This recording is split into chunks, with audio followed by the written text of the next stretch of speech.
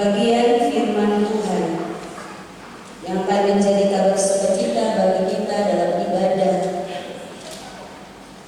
mengawali bulan Oktober 2023 ini, terambil dari kitab Kudus Perjanjian Baru, Kolose, surat Paulus kepada jemaat di Kolose, Kolose pasal 3 ayat 18 hingga Kolose pasal 4 ayatnya yang ke-6. Kolose pasal 3 ayat 18 sampai Kolose pasal 4 ayatnya yang ke-6. Mendahulunya mari kita berdoa minta tolong Roh Kudus. Kita berdoa. Kami membutuhkan Engkau dalam sepanjang kehidupan kami, ya Allah. Kami membutuhkan firman-Mu sebagai suluh dan terang di jalan kehidupan kami, ya Tuhan. Karena itu, tengah-tengah persekutuan kami di minggu pagi ini, kami hendak belajar dari kebenaran firman. Berkati kami semua dengan kuasa Roh Kudus-Mu, ya Tuhan. Berikanlah hikmat dan pengertian yang lebih bagi kami, ya Bapa, supaya baik hamba-Mu yang memberitakan, tetapi juga sekalian kami yang mendengarkan, diberikan kekuatan, diberikan kemampuan, diberikan hikmat dan pengetahuan yang lebih untuk mengerti, memahami, lalu melakukan firman ini dalam sepanjang kehidupan kami, di tengah-tengah kehidupan keluarga, tengah-tengah tugas tanggung jawab kerja masyarakat, tetapi juga di tengah-tengah jemaat di mana kami ada. Bersabda bagi kami, ya Tuhan, karena selaku anak-anak Tuhan, kami telah siap mendengar apa kata firman Tuhan bagi kami di saat ini. Amin. Kolose pasal 3 ayat 18 hingga Kolose pasal 4 ayat 6. Dalam Bacaan Kitab Indonesia, pembacaan kita di saat ini diberi judul Hubungan Antara Anggota-Anggota Rumah Tangga. Hai istri-istri, tunduklah kepada suamimu sebagaimana seharusnya di dalam Tuhan. Hai suami-suami, kasihilah istrimu dan janganlah berlaku kasar terhadap dia. Hai anak-anak, taatilah orang tuamu dalam segala hal, karena itulah yang indah di dalam Tuhan. Hai bapak-bapak, janganlah sakiti hati anakmu supaya jangan tawar hatinya. Hai hamba-hamba, taatilah tuanmu yang di dunia ini dalam segala hal. Jangan hanya di hadapan mereka saja untuk menyenangkan mereka, melainkan dengan tulus hati karena takut akan Tuhan. Apapun juga yang kamu perbuat, perbuatlah dengan segenap hatimu seperti untuk Tuhan dan bukan untuk manusia. Kamu tahu bahwa dari Tuhanlah kamu akan menerima bagian yang ditentukan bagimu sebagai upah. Kristus adalah Tuhan dan kamu hambanya. Barang siapa berbuat kesalahan, ia akan menanggung kesalahannya itu, karena Tuhan tidak memandang orang. Hai tuan-tuan, berlakulah adil dan jujur terhadap hamba-Mu. Ingatlah, kamu juga mempunyai Tuhan di sorga. Bertekunlah dalam doa, dan dalam pada itu berjaga-jagalah sambil mengucap syukur. Berdoa jugalah untuk kami, supaya Allah membuka pintu untuk pemberitaan kami, sehingga kami dapat berbicara tentang rahasia Kristus yang karenanya aku dipenjara. Dengan demikian aku dapat menyatakannya sebagaimana seharusnya. Hiduplah dengan penuh hikmat terhadap orang-orang luar, pergunakanlah waktu yang ada. Hendaklah kata-katamu senantiasa penuh kasih, jangan hambar, sehingga kamu tahu bagaimana kamu harus memberi jawab kepada setiap orang. Demikian firman Tuhan.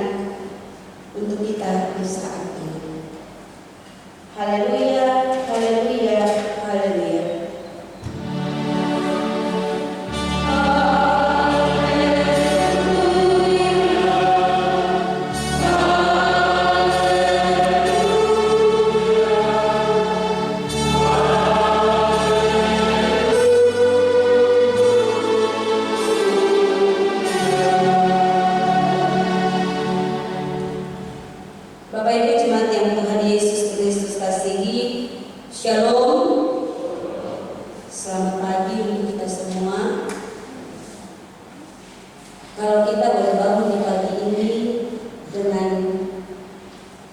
keadaan sehat, bisa menikmati hari baru, nafas hidup yang Tuhan anugerahkan bagi kita, maka itu adalah sebuah anugerah yang sangat luar biasa. Kita patut mengucap syukur karena atas berkat dan penyertaan Tuhan kita boleh melewati bulan September dan kita boleh ada di hari ini, hari pertama di tanggal 1 bulan Oktober ini dengan keadaan sehat dan diberkati Tuhan. Amin. Ya. Karena itu Bapak Ibu jemaat yang Tuhan Yesus Kristus kasihi, bagian firman Tuhan yang akan kita renungkan dari yang kita baca tadi, akan renungkan dengan tema pembaharuan dimulai dari keluarga.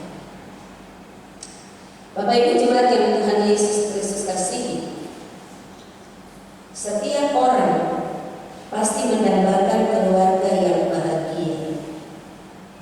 Tidak ada seorang pun yang ingin hidup dengan keluarga yang mengalami pertikaian, percekcokan setiap saat. Namun, setiap keluarga memiliki pemahaman tersendiri tentang apa itu keluarga yang bahagia. Mungkin bagi sebagian orang, keluarga yang bahagia itu adalah ketika mereka sudah memiliki segala sesuatunya dalam hidup mereka, harta kekayaan dan lain-lain sebagainya. Tetapi kenyataannya, ada sebagian orang yang walaupun telah memiliki segala-galanya dalam hidup ini, tetapi mereka tidak bahagia. Ya. Ada orang yang mungkin ketika kita melihat dari luar, mereka punya segala-galanya, mereka punya harta yang melimpah, mereka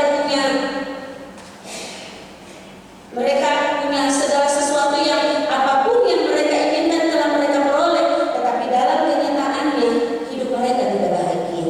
Mungkin di luar kita melihat bahagia, tapi ternyata di dalamnya tidak. Mungkin ada juga sebagian orang yang beranggapan keluarga yang bahagia itu adalah keluarga yang hidupnya tanpa diwarnai pertikaian, pertengkaran atau konflik. Realitanya, setiap keluarga itu tidak pernah lepas dari yang namanya konflik atau masalah. Mungkin juga ada yang mengatakan keluarga yang bahagia itu adalah keluarga yang selalu bersama dalam suka dan duka. Tetapi kenyataannya ada keluarga yang hancur berantakan karena tidak siap ketika diperhadapkan dengan duka, ketika diperhadapkan dengan masalah, persoalan ataupun kesulitan hidup. Dan masih banyak contoh lainnya yang dapat kita jumpai dalam hidup ini. Padahal ketika kita membangun komitmen, kita bersepakat untuk membina suatu keluarga, ketika kita berjanji di hadapan Tuhan bahwa kita akan setia dalam suka maupun duka sampai nanti maut memisahkan. Tetapi dalam sepanjang perjalanan ketika dipertemukan atau ketika kita menemui kesulitan, ketika kita menemukan persoalan, ketika kita mengalami tantangan, pencobaan dalam kehidupan rumah tangga kita, maka kita angkat tangan atau merasa bahwa tidak mampu lagi hidup bersama dengan pasangan kita. Apalagi kalau belum punya karakter mulai berubah seiring berjalannya waktu. Lalu kita menyerah, kita memilih untuk bisa. Kalau hal ini terjadi dalam kehidupan rumah tangga Kristen, maka di manakah janji, di manakah sumpah yang kita ikat, yang kita ucapkan ketika kita dipersatukan oleh Tuhan dalam pernikahan kudus. Bapak Ibu jemaat yang Tuhan Yesus Kristus kasihi, setiap keluarga masalah. Tetapi kalau kita belajar untuk mengandalkan Tuhan dalam kehidupan kita, kalau kita belajar untuk selalu menghadirkan Tuhan dalam kehidupan kita, kalau kita mau belajar untuk selalu berpikir dan bersikap positif dalam menghadapi setiap persoalan, setiap tantangan, setiap pergumulan hidup yang Tuhan izinkan kita alami dalam kehidupan rumah tangga kita, maka pasti kehidupan rumah tangga kita itu akan berjalan baik-baik saja.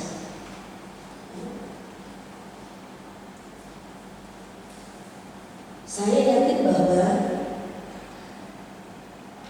Bapak Ibu yang ada di hadapan saya ini pernah atau sudah melewati masa-masa pacaran dulu baru menikah. Hari ini saya yakin bahwa tidak semua yang datang untuk pasangan. Mungkin Bapak datang sendiri, Mama tinggal, mungkin nanti Mama jam 9 atau sebaliknya. Mama datang sendiri, Bapak tinggal, nanti Bapak jam 9. Padahal dulu waktu pacaran lengket, mau pergi gereja tuh ajak pergi sama-sama. Tapi setelah menikah, kalau sewajar Mama bilang, Bapak mari ke tepi bareng. Bapak bilang, bisa sendiri sudah. Saya tinggal jual di rumah atau sebaliknya. Tanpa kita sadari, hal-hal semacam inilah yang akan menjadi keretakan dalam rumah tangga kita. Tanpa kita sadari, kita telah menghadirkan, kita telah membuat jurang dalam hubungan kita sebagai suami istri. Ketika kita berkomitmen untuk setia dalam suka maupun duka, itu sudah kita lupa setelah kita melupakan seiring berjalannya waktu, apalagi kalau kita suatu anak-anak, cucu-cucu, ya. Tapi saya percaya juga bahwa banyak keluarga-keluarga yang ada di jemaat ini yang masih tetap romantis seperti waktu pacaran dulu. Mungkin saya orang yang kesekian kali yang bilang waktu ketemu pacaran itu berjalan melewat got sama anak kecil saja, aku pegang tangan, baik-baik, jangan sampai langsung itu langsung dibawa. Mari saya pegang tangan, jangan hati-hati. Tapi kalau sudah lama-lama, semenikah lama, pacaran, nah itu tak contoh kaki, lalu bilang tak contoh batu, lalu bilang begini, pacaran itu pakai biji mata itu taruh di mana? Ini yang sering tetap alami dalam kehidupan di rumah tangga. Nah, bagaimana kita mau supaya keluarga kita bisa disebut keluarga Allah? Bagaimana supaya kita bisa menghadirkan shalom Allah di tengah-tengah kehidupan keluarga kita? Kalau kita mau semuanya itu terjadi, maka harus ada pembaruan yang dimulai dari keluarga kita. Ada 3 hal yang harus kita lakukan agar ada pembaharuan yang dimulai dari tengah-tengah kehidupan keluarga kita. Yang pertama, di ayat 18 hingga ayatnya yang ke-25, dia mengingatkan kita sebagai istri, sebagai suami, sebagai anak-anak, sebagai orang tua, sebagai tuan. Bagaimana kita melakukan tanggung jawab kita masing-masing dengan segenap hati, seperti untuk Tuhan dan bukan untuk manusia. Di ayat 18 dia bilang, hai istri-istri, tunduklah kepada suamimu sebagaimana seharusnya di dalam Tuhan. Tapi kadang dalam ketemu hidup rumah tangga, ketemu lupa, sering ketemu abaikan itu. Apalagi kalau ketemu kerja, lalu ketemu jabatan lebih tinggi sedikit dan ketemu lagi, ketemu merasa berkuasa. Apalagi kalau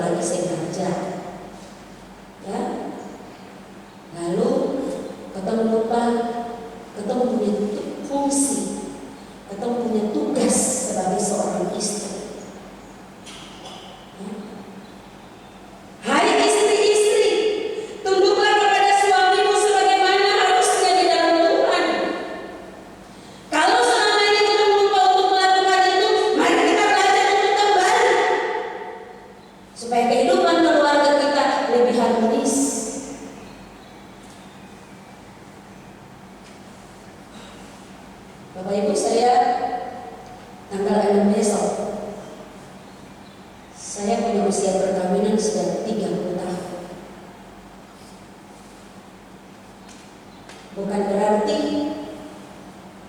tidak ada masalah, tidak ada masalah. Tetapi saya belajar untuk melakukan firman ini. Saya belajar untuk memposisikan diri sebagaimana yang seharusnya. Dan saya punya suami sampai hari ini, kalau orang lihat ketemu masih pacaran, kemana-mana selalu sama-sama. Kalau saya jalan sendiri berarti orang tahu itu saya punya suami tidak ada di rumah, dia lagi keluar.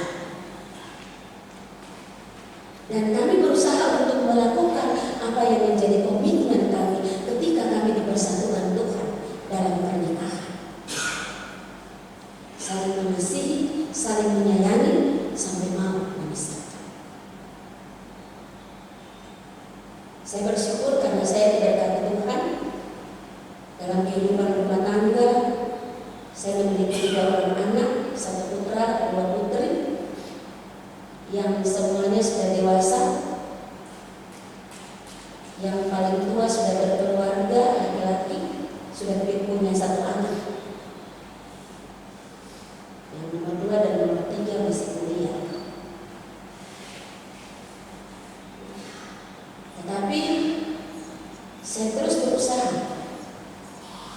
dan kami selalu, bukan saya, tapi saya dan suami selalu berusaha untuk melakukan apa yang menjadi tugas dan fungsi kami di tengah-tengah kehidupan keluarga.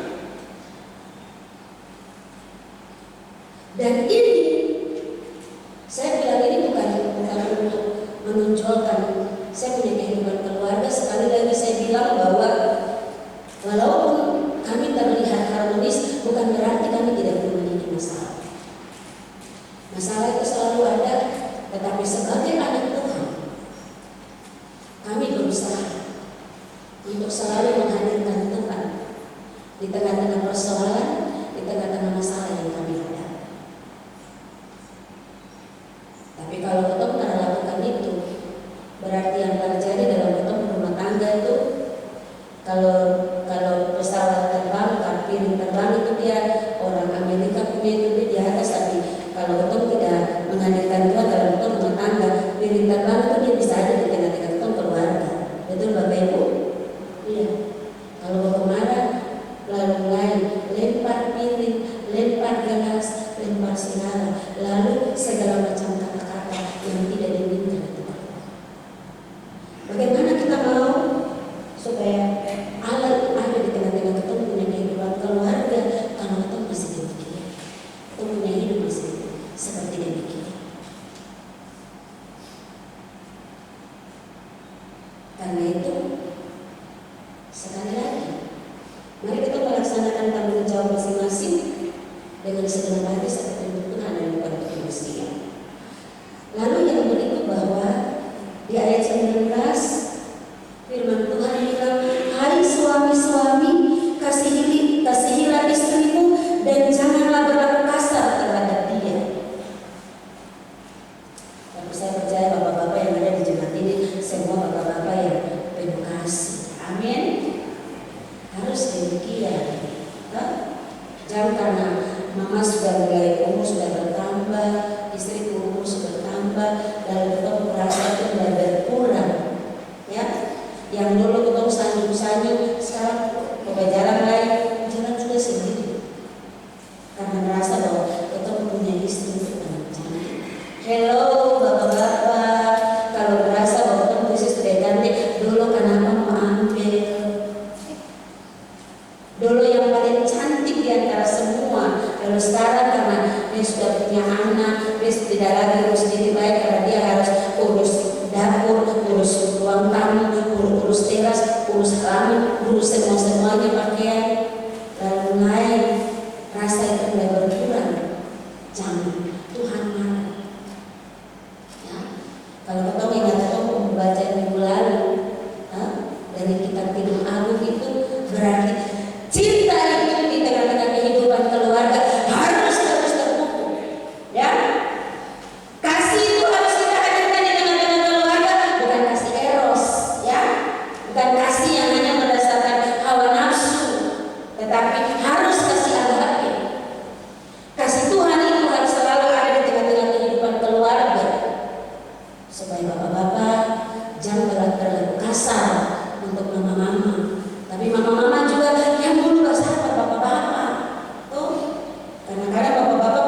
baru 1 bulan mama sudah 10. Iya.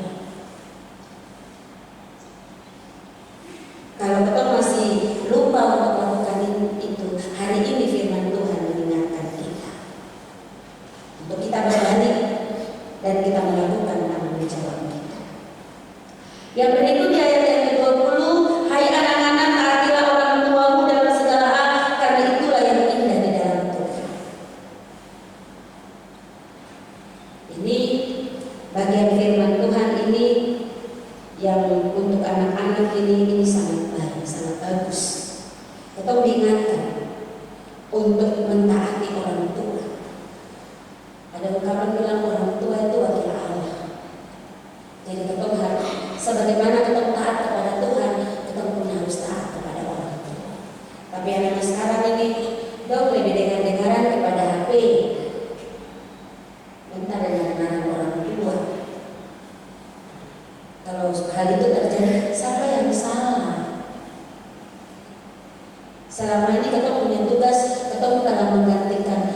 Kita tugas itu dengan HP, kita kasih anak-anak HP, lalu dong nonton HP. Akhirnya waktu kita bilang tidak mau, malas. Ya. Kenapa? Mama suka malas bujuk anak atau bapak suruh ini lalu mulai taruh HP saja.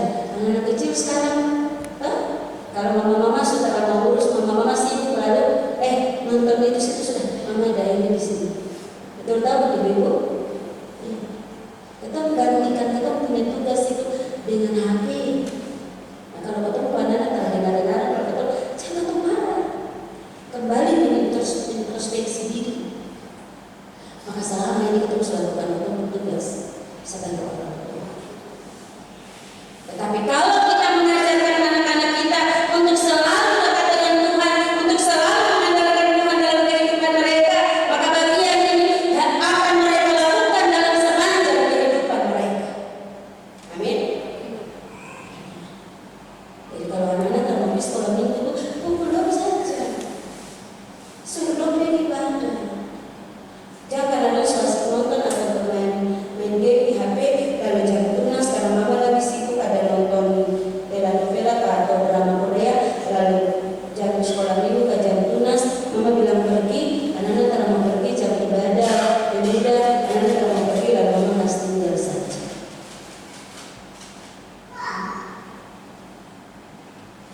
Lalu yang berikut, hai bapak-bapak, janganlah sakiti hati anakmu supaya jangan tawar hatinya. Ya. Kadang-kadang kita orang tua ini kita merasa kita yang paling berkuasa untuk anak-anak, sehingga kita tidak mendengar apa yang mau diisi hati lain. Ya. Bapak Ibu, saya ulangi lagi, kebetulan saya adalah seorang guru. Jadi saya selalu bilang untuk saya punya murid. Jadi bilang ibu Mai tidak pernah pegang rotan. Ada orang tua murid yang ada di sini. Saya punya suara besar. Kalau anak-anak salah itu saya dengar. Tapi untuk pegang rotan itu saya takut karena ketika saya merantau tahun 91 saya datang di sini, saya sudah berjanji bahwa segala sesuatu yang saya rasa tidak nyaman ketika saya lihat, saya alami, saya temui di tengah-tengah keluarga ataupun di sekolah yang dilakukan oleh guru ataupun orang tua saya tidak melakukan ini untuk saya punya murid ataupun saya punya anak-anak. Dan saya tetap berkomitmen untuk lakukan itu sampai hari ini. Jadi bagian ini mengingatkan kita kepada akan tanggung jawab kita sebagai orang tua kepada anak-anak, bahwa tidak selamanya orang tua itu benar. Sekali-kali kita harus memberikan kesempatan kepada anak-anak kita untuk menyampaikan apa yang menjadi isi hati mereka. Kenapa sampai mereka begini? Jangan kita menjudge, jangan kita memvonis mereka bahwa mereka salah. Tidak. Tapi dari setiap tindakan yang mereka lakukan itu ada salah. Dan mari kita belajar untuk mendengarkan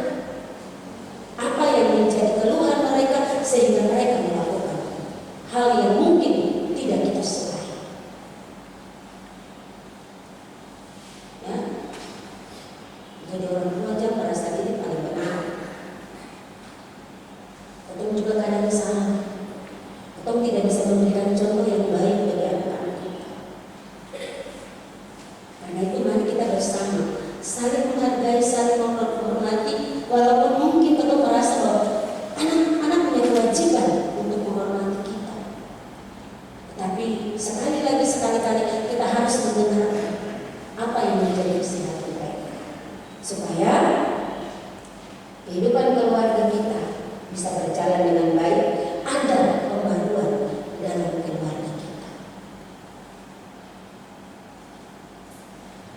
Hal yang berikut yang diingatkan kepada kita, hai hamba-hamba, taatilah Tuhanmu yang di dunia ini dalam segala hal, jangan hanya di hadapan mereka saja untuk menyenangkan mereka, melainkan dengan tulus hati karena takut akan Tuhan. Ini mengingatkan kita, apalagi kalau kita yang dipercayakan sebagai seorang pekerja, jadi anak buah, atau punya pimpinan ada. Jangan ketika kita punya pimpinan atau kita punya bos ada, lalu kita bikin baik-baik, orang bilang cari muka. Lalu nanti di belakang ada dia jadi terusak. Firman Tuhan mengingatkan kita untuk kita mentaati Tuhan sebagaimana kita mentaati Tuhan. Kita punya Tuhan di bumi, tapi terlebih kita punya Tuhan di sorga. Kalau kita belajar untuk taat pada hal-hal yang kecil, maka kita juga bisa taat kepada yang besar. Kalau kita belajar taat, tunduk kepada orang yang memimpin kita, maka kita akan menunjukkan sikap kita sebagai seorang yang taat dan setia kepada Tuhan. Lalu firman Tuhan mengingatkan kita, kalau kita melakukan semuanya itu, lakukan dengan segenap hati, seperti untuk Tuhan dan bukan untuk manusia. Kalau kita lakukan untuk manusia hanya untuk cari muka, untuk cari nama, akan terjadi berkat. Tapi kalau kita melakukan dengan segenap hati, seperti untuk Tuhan dan bukan untuk manusia, walaupun itu dianggap orang tidak baik, tetapi pasti Tuhan memperhitungkan semua yang kita buat. Amin. Hal yang kedua yang harus kita lakukan agar ada pembaharuan yang dimulai dari keluarga, yaitu di dalam pembacaan kita tadi ayat pasal 4, ayat 2 dan ayatnya yang ketiga, bertekunlah dalam doa dan dalam pada itu berjaga-jagalah sambil mengucap syukur. Berdoa juga untuk kami supaya Allah membuka pintu untuk pemberitaan kami sehingga kami dapat berbicara tentang rahasia Kristus yang karenanya aku dipenjarakan. Ada perintah bertekun dalam doa. Itu berarti kita harus menjadikan doa itu sebagai lifestyle, gaya hidup kita sebagai anak-anak Tuhan. Ada seringkali kita mendengar ungkapan bagi orang Kristen itu doa itu adalah nafas hidup. Karena doa itu sangat besar kuasanya. Ya. Dalam kitab Yakobus dia bilang, doa orang benar jika dengan yakin didoakan sangat besar kuasanya. Karena itu mari kita belajar untuk selalu menjadikan doa itu sebagai gaya hidup kita. Berdoa dengan tekun itu sebagai gaya hidup kita. Bukan berarti atau bangun pagi kita berdoa, atau mau makan kita berdoa, atau mau bekerja kita berdoa, itu sudah cukup. Tidak. Yang harus kita ingat bahwa kita harus menjadikan doa itu sebagai gaya hidup kita, doa itu sebagai nafas hidup kita. Lalu ketika kita tidak berdoa, seakan-akan kita sudah mati. Ya. Karena hanya dengan doa, segala sesuatu yang menjadi persoalan kita, yang menjadi gumul kita akan dijawab oleh Tuhan. Dan hal yang ketiga yang harus kita lakukan agar ada pembaharuan yang dimulai dari keluarga, yaitu terdapat dalam ayat 5 dan ayat yang ke-6. Hiduplah dengan penuh hikmat terhadap orang-orang luar, pergunakanlah waktu yang ada, hendaklah kata-katamu senantiasa penuh kasih, jangan hambar, sehingga kamu tahu bagaimana kamu harus memberi jawab kepada setiap orang. Hiduplah dengan penuh hikmat. Hendaklah kata-katamu itu penuh kasih. Jadi kalau bicara di rumah, jangan bataria. Jangan bapak pulang kantor, mama belum siap masak, lalu bapak marah, bapak bilang, perempuan nih,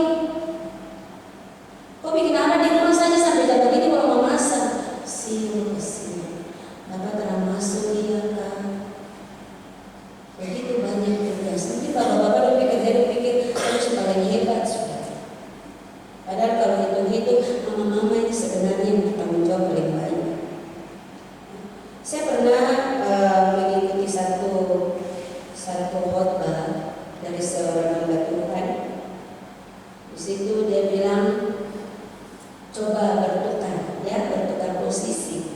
Sekali-sekali Bapak yang tinggal di rumah, Bapak kerja pekerjaan rumah, Mama yang bekerja di luar. Saya suka nonton film-film inspirasi, cerita-cerita pendek di HP itu untuk belajar.